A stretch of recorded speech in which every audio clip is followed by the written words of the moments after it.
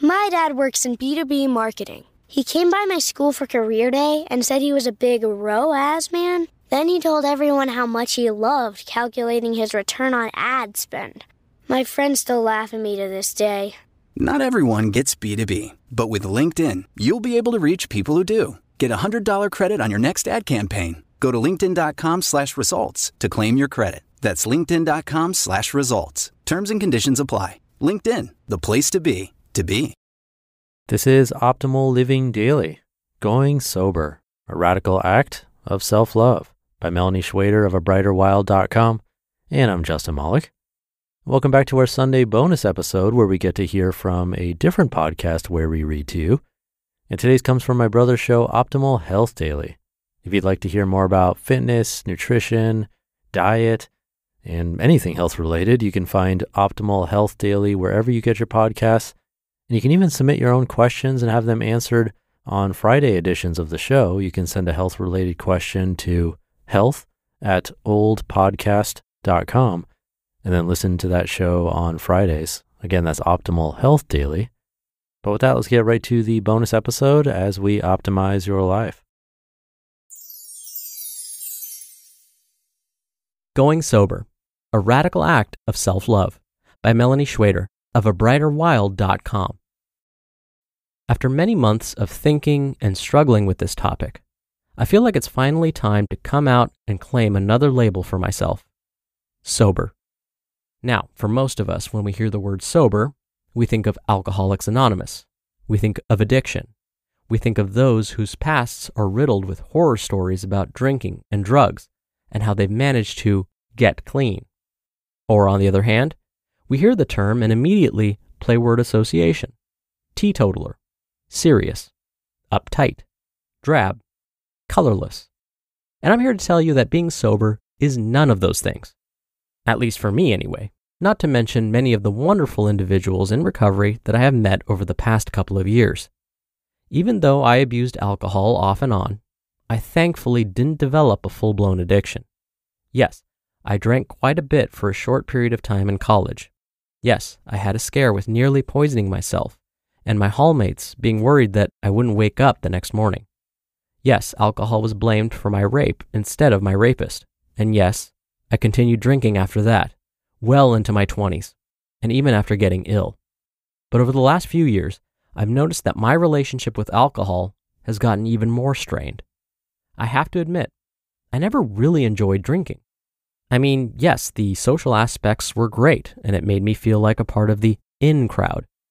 I know that being accepted was hands down the number one reason that I ever drank in the first place, because my body sure as hell didn't like it. Now, I've always been slightly jealous at all the people that actually love drinking because it makes them feel good. They loosen up, they come out of their shells, they become the life of the party. As an introvert and empath, I longed for that kind of release, to get out of my head for a while and just be. So I kept trying to booze, over and over again, and I never found that flow. My choice to go sober has been one that I've been ruminating over for years. Slowly, I've consumed less and less on fewer and fewer occasions.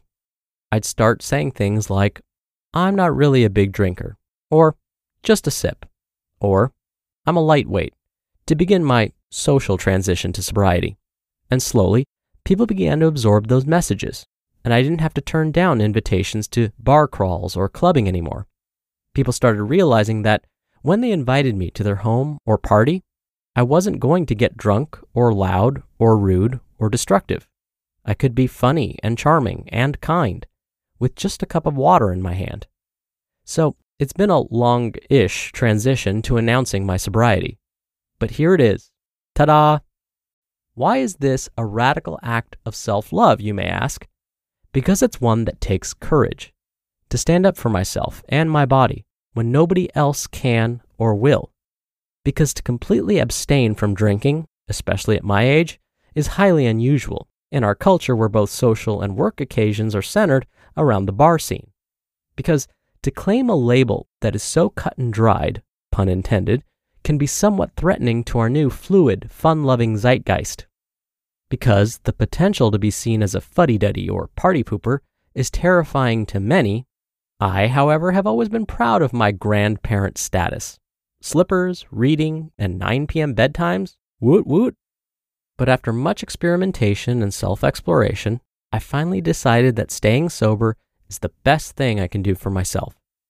There are a lot of reasons why people may choose to go sober, and addiction is only one of them. I'm proud to be a part of a wonderful community of sober people, even though my story may be unlike many of theirs. My road to sobriety has probably been quite different than many others. But I think the more diversity in the sober world, the better. Sobriety is a choice, and hopefully one that all people from all backgrounds can feel empowered to make. Of course, a lot of my decision has to do with my physical health. As you know, I've been sick with Lyme disease and chronic fatigue syndrome for over 7 years now, and I will be damned if something as silly as booze were to hold back my recovery. I know deep down that I have what it takes to get well again, and that alcohol and the surrounding culture was only going to get in the way. This comes from not only some knowledge about the physiology of alcohol consumption, but also my own personal experiences and how my body communicates with me when I drink. The first sip may be delightful, but in a few short minutes, I start to feel sick. Depending on the type of booze, my reaction may be mild or more severe, but regardless, it's never a good thing. I get dizzy and foggy-headed. My body feels like it's overheating. My legs start turning to jelly. Then the horrendous headache starts clamping down. My stomach turns. I feel shaky. Even though these things had been going on for years in response to my drinking, it's taken me a while to actually listen to my body's pleas for me to stop. So now all I can say is, sorry body, I promise from today onwards to treat you better. Now, as I say the word sober, it feels good. It feels right. I can sense my whole energy respond in a positive way. It resonates with me on all levels, physical, emotional, mental, and spiritual. I know that I can walk forward through my life with this new empowering identity, and that I can claim this new radical label in the name of self-love and self-care. In light of all this, if you drink, I simply invite you to tap into your body and what it is trying to tell you. And if you find that your body or spirit isn't 100% on board with your drinking, perhaps it's your sacred invitation to cut back. I'm not saying that you have to go all in with sobriety, but any step that you can take towards a better relationship with yourself, the better. Open the lines of communication, and you may find some unexpected guidance come your way. As I'm writing this, I notice on the news that the rates of drinking among those under 30 are on the decline. So maybe it's not so radical after all. You just listened to the post titled, Going Sober, A Radical Act of Self-Love by Melanie Schwader of abrighterwild.com. Look around. Smartwatches, Wi-Fi enabled LED bulbs. It's no secret that the world keeps getting smarter, so your e-commerce business should too. Whether you're looking for incredible efficiency or your business has simply outgrown your old shipping solutions, our sponsor ShipStation helps you take the next step. I love that ShipStation's automations allow you to smoothly print shipping labels at the click of a button. This kind of robust automation and reporting, combined with the simplicity of ShipStation's dashboard, make it so easy for anyone to scale their business faster than ever before. And with industry-leading carrier discounts, it's the fastest, most affordable way to ship products to your customers, with discounts up to 89% off UPS, DHL Express, and USPS rates. Unsurprisingly, over 130,000 companies have grown their e-commerce businesses with ShipStation, and 98% of companies that stick with ShipStation for a year become customers for life. Lead your e-commerce business into a smarter future with the shipping software that delivers. Switch to ShipStation today. Go to ShipStation.com and use code OLD to sign up for your free 60-day trial. That's ShipStation.com, code OLD. Good taste is easy to spot, but hard to pin down. You know it when you see it. With your car, you want something sophisticated and daring, yet classic, approachable, but with an air of opulence. That's where the Range Rover Evoque comes in. The Range Rover Evoque is charisma in motion, art and craft in equal measure. Its exterior is a quietly bold expression of Range Rover DNA with a floating roof, continuous waistline, and three-dimensional grille that give it a captivating character. Inside, you'll find a calm, minimalist cabin anchored by a tactile gear shifter where clean lines, sumptuous materials, and advanced technology come together. Make a statement in the Range Rover Evoque. This elegant SUV elevates every drive, offering a new dimension of refinement and luxury. Whether you prefer a modern aesthetic or a warmer, authentic appearance, the Evoque's interior can be tailored to your taste. Ready to experience sophisticated design and premium materials in motion?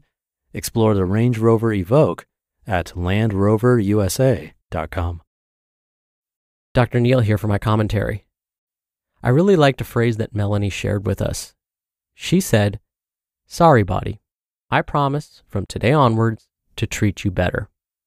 What's so great about this phrase is that it can be used for other behaviors too. For example, say we went a little overboard with the Thanksgiving leftovers. We can then repeat this phrase to ourselves. "Sorry, body, I promise from today onwards to treat you better." Now, I should also mention that forgiving yourself for these little setbacks is important, but it's just as important to try and learn from the experience too. If we can ask ourselves, how can I do better next time? Or, what did I learn about myself from this experience? This phrase becomes even more powerful. All right, that'll do it for the Saturday episode.